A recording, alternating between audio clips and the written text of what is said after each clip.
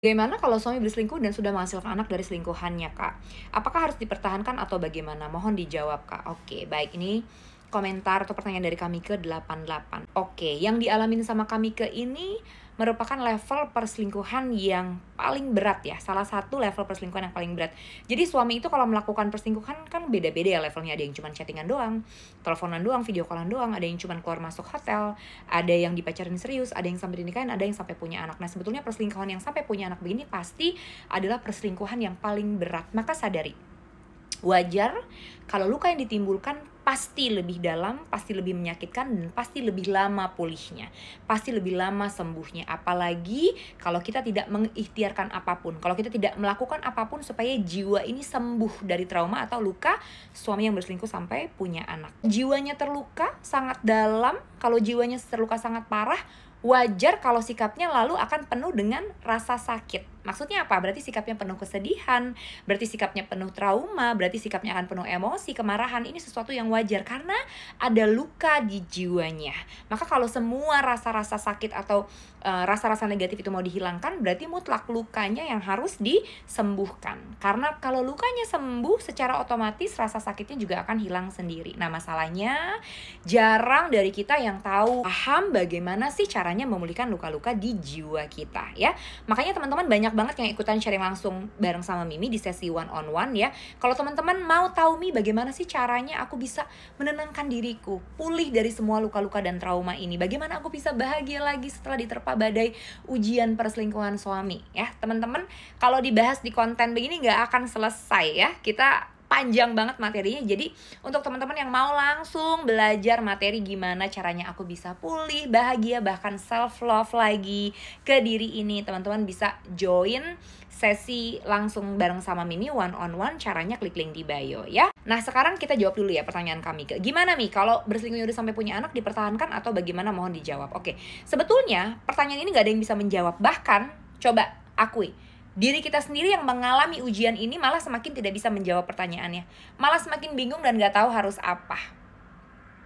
Ya, bercerai atau bertahan itu bukan jawabannya. Oke, percuma punya keputusan atau kekeh mau segera tahu harus melakukan apa, mau segera mendapatkan solusi apapun, percuma. Karena solusi apapun atau keputusan apapun tidak akan bisa kita lakukan kalau jiwanya belum tenang. Mau suami udah selingkuh sampai punya anak banyak sekalipun, kalau jiwa kita belum tenang, jiwa kita belum merdeka dari rasa luka dan trauma-trauma yang ada, kita tidak akan bisa menjalankan apapun yang kita putuskan. Suami selingkuh sampai punya anak, kita pengen banget bercerai, yang terjadi apa? Kita malah semakin takut bercerai, kita malah semakin bucin, kita malah semakin gak terima, kita malah bingung, ragu, takut. Akhirnya keinginan bercerai hanya membebani otak kita, padahal itu tidak bisa kita lakukan. Sebaliknya, keinginan untuk mempertahankan, bertahan. Suami udah berselingkuh sampai punya anak, kita memilih untuk bertahan misalnya. Coba sadari, memilih untuk bertahan atau memberinya kesempatan sekalipun tidak akan menjadi solusi kalau jiwanya belum tenang, kalau jiwanya belum pulih dari semua luka-luka. Karena bertahan nantinya hanya akan menjadi ajang gulat dalam rumah tangga. Kita akan terus-menerus berantem tanpa henti sama suami. Kita akan terus-terusan negative thinking, ngungkit-ngungkit, marah-marah, ngamuk-ngamuk, nangis-nangis. Kita akan hampa, mati rasa. Kita akan gak percaya lagi sama suami. Kita akan seperti neraka rumah tangganya. Jadi bertahan pun tidak menjadi solusi.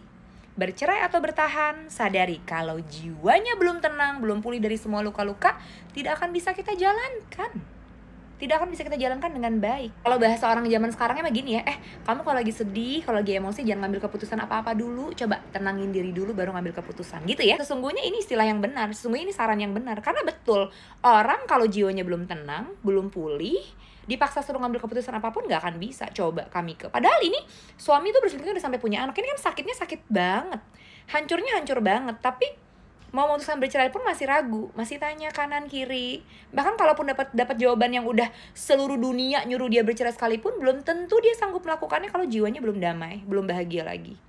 Ya, maka pertanyaan-pertanyaan seperti ini sadari, baru akan bisa kita jawab dan akan kita bisa lakukan keputusannya ketika jiwanya sudah pulih, ketika jiwanya udah tenang, udah bahagia. Kalau kita belum tenang, belum bahagia, sadari bahwa keputusan apapun yang kita ambil tidak akan bisa kita jalan. Kita reconnect dulu yuk sama diri kita, reconnect with ourselves. Ya, tenangin dulu diri kita. Ambil waktu sebentar atau mungkin sedikit lebih lama. Jangan buru-buru ambil keputusan. Tenangkan dulu jiwa kita, lakukan apapun yang membuat diri ini lebih tenang dan lebih bahagia. Setiap orang punya cara yang berbeda-beda ya. Ada yang dengan cara mungkin mendatangi ahli agama, ada yang dengan cara mungkin datang ke psikolog atau ke psikiater, ada yang cara dengan mungkin datang ke healer-healer. Pada setiap orang caranya macam-macam ya. Ada yang mungkin dengan cara meditasi, yoga, macam-macam. Tapi intinya, kalau ada ujian yang sangat berat menghampiri hidup kita, lalu kita sulit untuk mengambil keputusan ya, lalu kita sulit untuk menentukan apa yang harus kita lakukan, bahkan ketika kita sudah putuskan sekalipun tidak bisa kita jalankan, sadari bahwa diri ini butuh waktu. Jadi jangan memburu-buru diri kita untuk segera mengambil keputusan, untuk segera mendapatkan solusi. Suami selingkuh, aku mau buru-buru bercerai, nanti dulu. Jangan semakin membebani pikiran kita dengan keinginan-keinginan yang tidak bisa kita jalankan. Karena keinginan-keinginan itu nanti akan menghasilkan sikap-sikap, pikiran-pikiran, dan rasa-rasa yang akan menggiring kita ke sana. Dimana sikap, rasa, dan pikiran itu ujung-ujungnya hanya akan semakin membuat kita hancur. Keinginan bercerai itu akan bikin kita sama suami kita jadi secara otomatis bawaannya pengen berantem terus sama suami. Kan mikirnya gue harus ceraiin dia, gue harus ceraiin dia. Ujung-ujungnya kita akan berantem terus sama suami. Sadarin, coba rasain. Kalau udah selesai berantem sama suami, apa yang terjadi?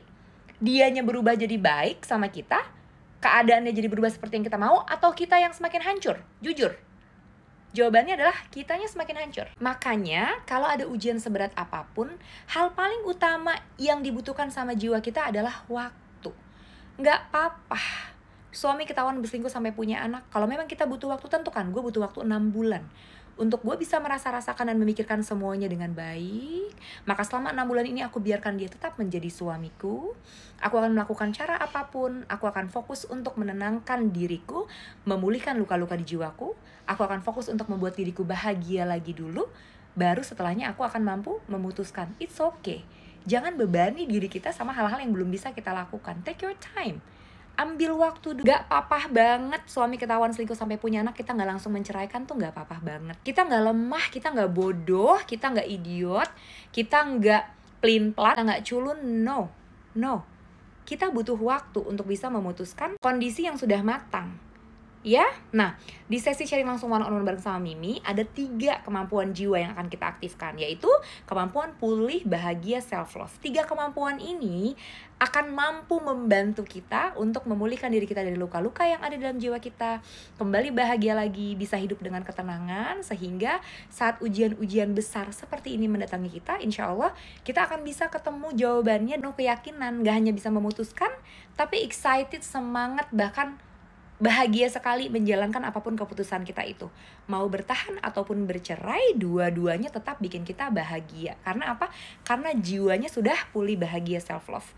Karena jiwanya sudah merdeka dari semua luka-luka yang ada di sini. Karena jiwanya udah bisa kembali bahagia lagi. Ya, kalau jiwanya udah seperti ini, mau keputusan apapun yang kita ambil, suami selingkuh gak selingkuh, bercerai atau bertahan, bahkan langit runtuh sekalipun, insya Allah kita bisa tetap tenang dan bahagia. Untuk teman-teman yang mau tahu mempelajari cara-caranya gimana sih Mi biar batinku ini bisa pulih, bahagia, self-love lagi setelah ujian badai yang sangat luar biasa besar ini menimpaku, teman-teman bisa join sharing langsung bareng sama Mimi. Caranya klik link di bio. Teman-teman semangat, masih ada harapan, sangat ada harapan untuk kita bisa kembali tenang dan bahagia, untuk kita bisa memutuskan yang terbaik ujian ini kalau jiwanya sudah pulih.